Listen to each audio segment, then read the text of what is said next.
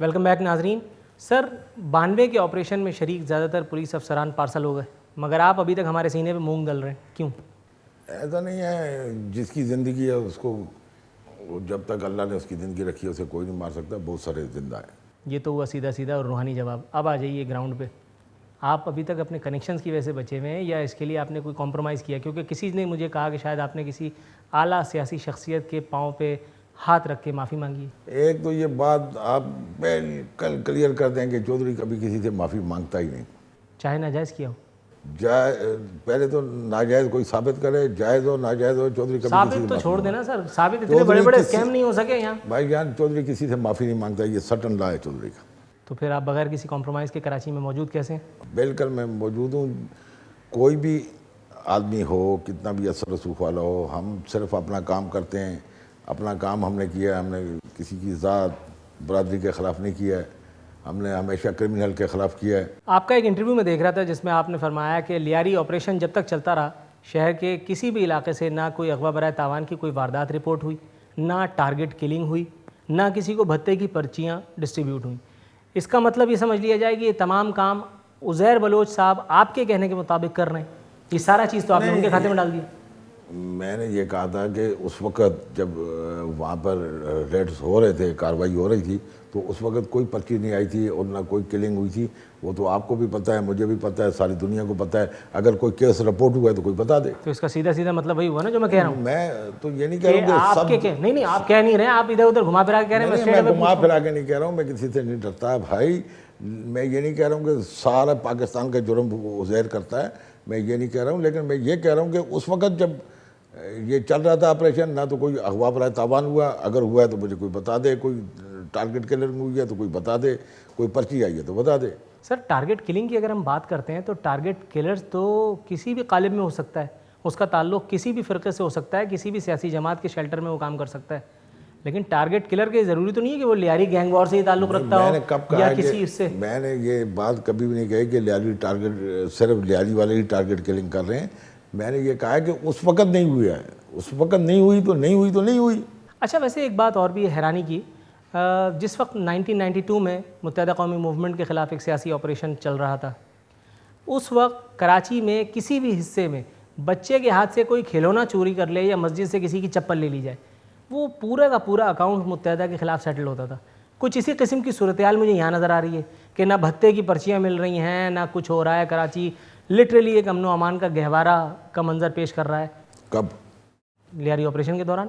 اور اس سے پہلے آپ کہتے ہیں کہ جو کچھ ہوتا تھا متحدہ بیٹھاتا تھا. ایک تو یہ آپ ذہن میں رکھیں, ہم نے کبھی متحدہ کے خلاف آپریشن ہی نہیں کیا, ہم نے تو کرمنلز کے خلاف آپریشن کیا تھا. لیکن متحدہ کلیم کرتی ہے کہ اس کے سب سے زیادہ لوگوں کو چودھری اسلم اور آپ جیسے دیگر افسران نے ہرٹ کیا. آپ پوچھ لیں اگر وہ بولتے ہیں تو, ہم نے تو کرمنلز کو کیا تھا, اس پہ ہم اسٹینڈ کرتے ہیں. کراچی میں امن و امان ایک خواب کیوں بن کے رہ گیا سر؟ آپ تو اپنی بم پروف گاڑی میں مزے کر رہے ہیں, لیکن مجھے یہ بتائیے ایک عام شہری کب سکون کی سانس لے گا, اس کی زندگی میں امن و سکون کب آئے گا؟ کیونکہ یہاں تو صورتحال بالکل الٹ ہے. نہیں, اتنی بھی صورتحال خراب نہیں ہے جتنی عارفین صاحب آپ بتا رہے ہیں. ہوتی ہے, ٹارگٹ کلنگ ہوئی تھی بہت زیادہ 2011 میں, اور سب سے زیادہ لوگ پکڑے گئے تھے, پھر بالکل سکون ہو گیا تھا. اب بھی تھوڑی سی ٹارگٹ کلنگ ہوئی ہے, بہت سارے لوگ پکڑے گئے ہیں, اور بہت سارے لوگوں ہیں ابھی جن کو ہم گرفتاریوں کے لیے ہم نے ٹیمیں بنائی ہوئی ہیں. عنقریب ان کو پکڑ لیں گے, ختم ہو جائے گا یہ مسئلہ. یہ تو آپ نے بڑی آئیڈیل بات کر دی ہے کہ عنقریب آپ پکڑ لیں گے اور کراچی جو ہے وہ سعودی عرب بن جائے گا. لیکن بات یہ ہے سر کہ ابھی تک کراچی سعودی عرب کیوں نہیں بنا؟ اس کے پیچھے کوئی سیاسی وجوہات ہیں یا کوئی نہیں چاہتا کہ یہ حالات صحیح ہیں؟ نہیں, ایسی کوئی سیاسی وجوہات نہیں ہے. اور ہم تو صرف اپنے لیول کی بات کرتے ہیں کہ جو ہماری ڈیوٹی ہے ہم اس کو بالکل کر رہے ہیں, اچھے طریقے سے نبھا رہے ہیں. اور عنقریب انشاءاللہ یہ ابھی ہوئی ہے تھوڑی سی ٹارگٹ کلنگ, لیکن یہ بھی پکڑے جائیں گے. یہ روزانہ 10, 12, 15, 16 وکٹیں کھڑک رہی ہوتی ہیں سر. ادھر رحمان ملک صاحب سے اگر کوئی بات کرتا ہے تو وہ کہتے ہیں کہ نہیں, یہ تو بیوی اپنے میاں کو مروا رہی ہے, یہ گرل فرینڈس کے معاملوں کے اوپر یہ قتل ہو رہے ہیں. وہ آئی جی صاحب کہہ دیتے ہیں کہ یہ ٹارگٹ کلنگ نہیں ہے, صرف 5% ٹارگٹ کلنگ ہے, باقی سب کسی نہ کسی دشمنی کا شاخسانہ ہے. کور اپس کیوں چل رہے ہوتے ہیں بجائے مرض کی صحیح انداز میں تشخیص کر کے اس پہ قابو پانے کے؟ ہر آدمی اپنی ادھر ادھر کی باتیں کیوں کر رہا ہوتا ہے؟ نہیں, ادھر ادھر کی کوئی باتیں نہیں کر رہا ہے. اب جو بھی کیس رجسٹر ہوتا ہے اس کے دیکھو نا, آپ تو یہ دکھا دیتے ہیں کہ آج 10 آدمی مارے گئے، حالانکہ اس میں سے 5 دشمنی میں مارے جاتے ہیں. وہ تو ہر FIR کو آپ اٹھائیں تو آپ کو پتہ چل جائے کہ کون سا دشمنی میں مارا گیا، کون سا ڈکیتی کے دوران مارا گیا، کون آدمی ٹارگٹ کلنگ میں مارا گیا. آپ کے پاس ساری اسٹیٹسٹکس موجود ہوتی ہیں؟ یہ بالکل موجود ہوتی ہے. 2012 کے پہلے مہینے سے لے کر کے اب تک کتنے لوگ ڈاؤن ہوئے ہیں؟ سر ایسے ابھی ایگزیکٹ تو ہمیں نہیں یاد ہوگا، اندازاً کہہ دیجئے، لیکن اسی سے پتہ چل جائے گا کارکردگی کیا ہے.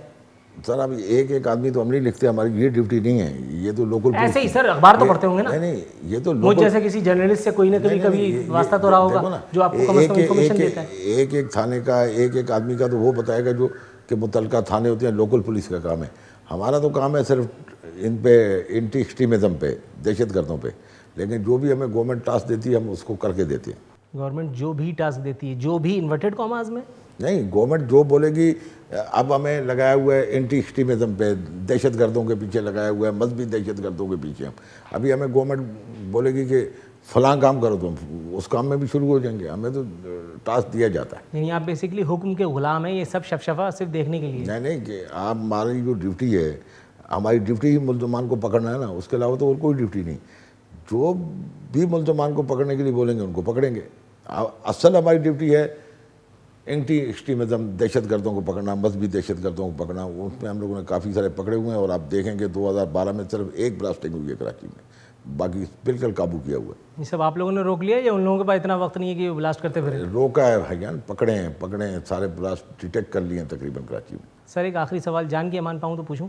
بچپن سے یہ آرزو تھی آپ سے پوچھنے کی، یہ جب بھی آپ کو دیکھا ہے ٹی وی پہ آپ کی آستین ہمیشہ اوپر ہی رہتی ہے. بدماشی کا شوق شروع سے ہے یا گرمی زیادہ لگتی ہے؟